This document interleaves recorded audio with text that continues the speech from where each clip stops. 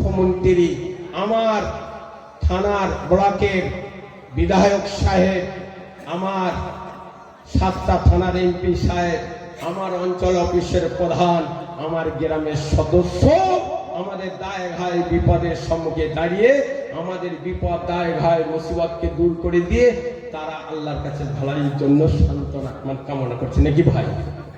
কেমন কামনা করছে গো? শুধু কখন মাল আসবে, কখন পকেটে ঢোকাবো, আপনার জন্য আমার জন্য কাঁদবে। আপনাদের এই উত্তর বারাসাতের মানুষেরা ভালো বিচার করে, ন্যায় বিচার করে। গ্রামের মানুষের জায়গায় বিপদে ছোটে, মানুষ যখন অভাবে পড়ে তার দেয়। আমার সোনাখালী, বাসন্তী, সুন্দরবন এলাকায় কি বলবো, যে 5 বছরের জন্য ভোট নিয়ে সদস্য হচ্ছে, প্রধান হচ্ছে, শুধু সে খাবে, তার বউ কি খাবে, তার ছেলে মেয়ে কি খাবে, তার ভাই বোন কি খাবে, এইটুকু চিন্তা। আমরা বলুন কি গো, আমাদের হবে না? তেলপোল আসলে একটা দেবে না, বলছে মাথা খারাপ। আমি তো টাকা দিয়ে ভোট কিনেছি, 5 লক্ষ টাকা এই পঞ্চায়েতে খরচ করলাম, তা 5 লক্ষ টাকা আমি তুলবো না? তুলে নিয়ে থাকে দেবো, নইলে হবে। যাও, আমার রান্নাঘরে ভেঙে গেছে, শোয়ার ঘরে ভেঙে গেছে, ভেঙে গেছে, আমি কি করবো? আমার খরচটা আগে তুলে নি। ইনশাল্লাহ আপনাদের গ্রামে ওইটুকু নেই। আপনাদের দেশের গ্রামের সদস্য, প্রধান সাহেব ভালো ন্যায় নীতির উপরে ভালো বিচার করেন দেয়। ভাই, নবীজির বিদায় নিলেন, হযরত আবু বকর বিদায় নিলেন, হযরত ওমর ফারুক, ফারুকে আজম আসলেন, প্রধানমন্ত্রী হলেন। হযরত ওমর ফারুক রাদিয়াল্লাহু তাআলা আনহু তিনি আরবের রাষ্ট্রপতি হলেন। তা তিনি এমন রাষ্ট্রপতি হলেন, এমন প্রধানমন্ত্রী হলেন, সারাদিন যেভাবে যায় যাক, রাতের বেলা তিনি ঘুমান। রাতের বেলায় তিনি প্রত্যেক মানুষের বাড়িতে বাড়িতে, গ্রামে অলিতে গলিতে শুধু হাঁটবেন সারা রাত। সারা রাত হাঁটতে হাঁটতে দেখছেন দূরে একটা বাড়িতে প্রদীপ জ্বলছে, আলো জ্বলছে, বাকি সব বাড়ির আলো নিভে গেছে, মানুষ সব ঘুমিয়ে গেছে, কেউ আর জেগে নেই। তো ওই বাড়িতে আলো জ্বলছে কেন দেখি একটু আগিয়ে যাই, রাত 12টা 1টা বাজে। গেল, গিয়ে দেখছেন ওই বাড়ির ভিতরে দুটো বাচ্চা ছেলের কান্নার আওয়াজ আসছে, শুধু কাঁদছে, শুধু কাঁদছে। আরে গভীর রাত্রে কারোর বাড়ি কান্নার আওয়াজ নেই, সবাই আরামের বিছানায় গিয়ে ঘুমাচ্ছেন, এই বাড়িতে দুটো বাচ্চা ছেলের কান্নার আওয়াজ আসছে কেন? গেলেন, গিয়ে হযরতে ফারুকে আজম ওই বাড়িওয়ালার সম্মুখে হাজির হয়ে বলছেন, বাবা, মা, কেউ এই মহলে বাড়িতে আসো গো। একটা বৃদ্ধ মেয়ে ছেলে আওয়াজ দিয়েছেন, কে বাবা তুমি? কে? কে বাবা? বাবা, আমি ওমর এসেছি বাবা তোমার বাড়ি। হ্যাঁ?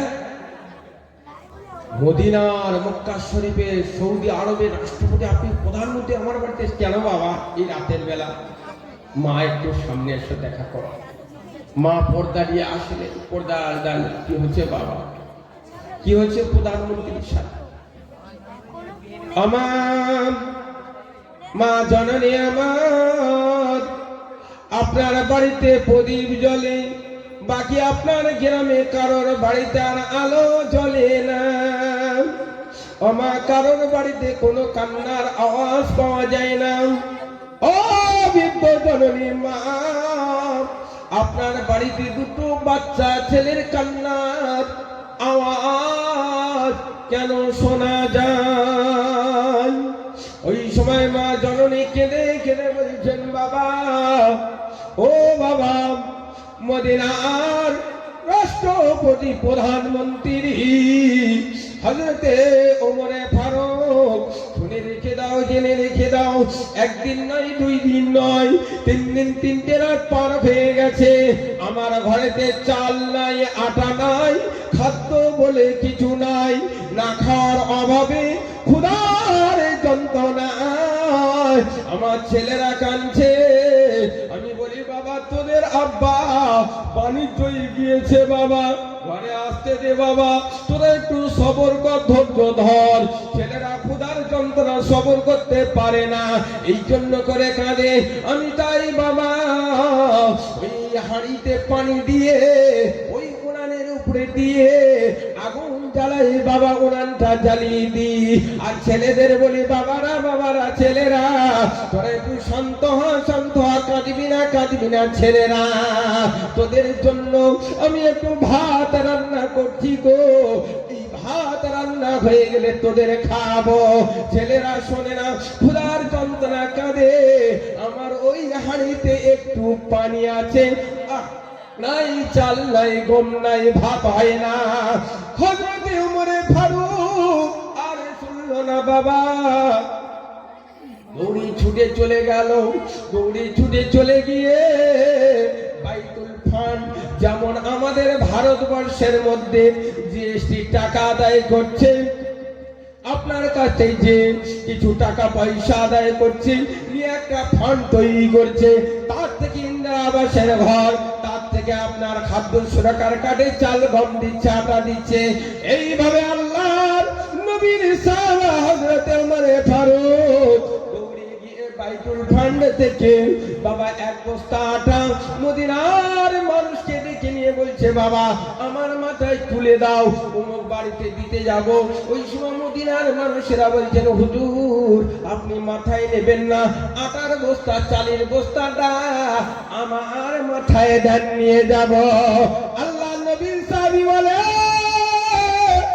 আমার দেশের একটা অভাবী মানুষ না খাওয়া অবস্থায় 3 দিন 3টে রাত কেটে যাচ্ছে, তার মুখে কেউ একটু রুজি রোজগার তুলে ধরলো না, টাকা পয়সা দিল না, দান করলো না।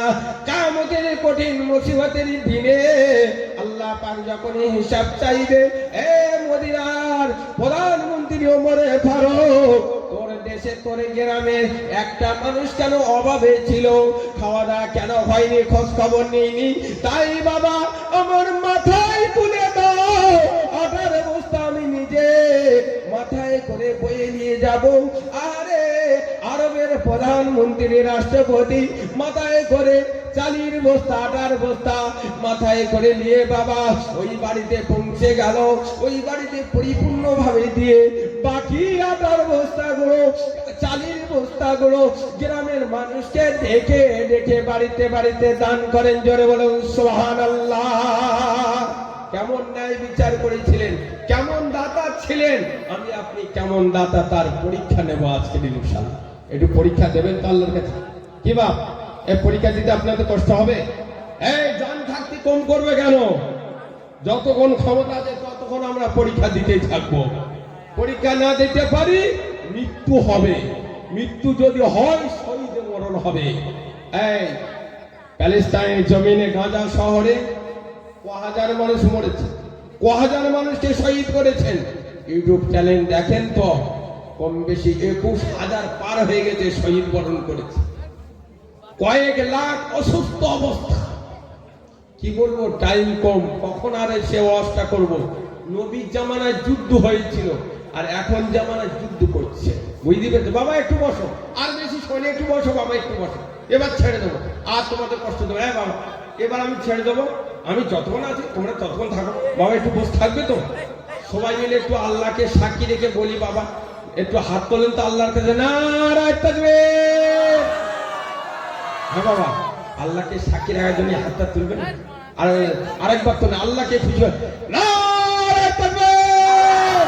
আল্লাহ বাবা আল্লাহর কাছে কথা দিয়েছে।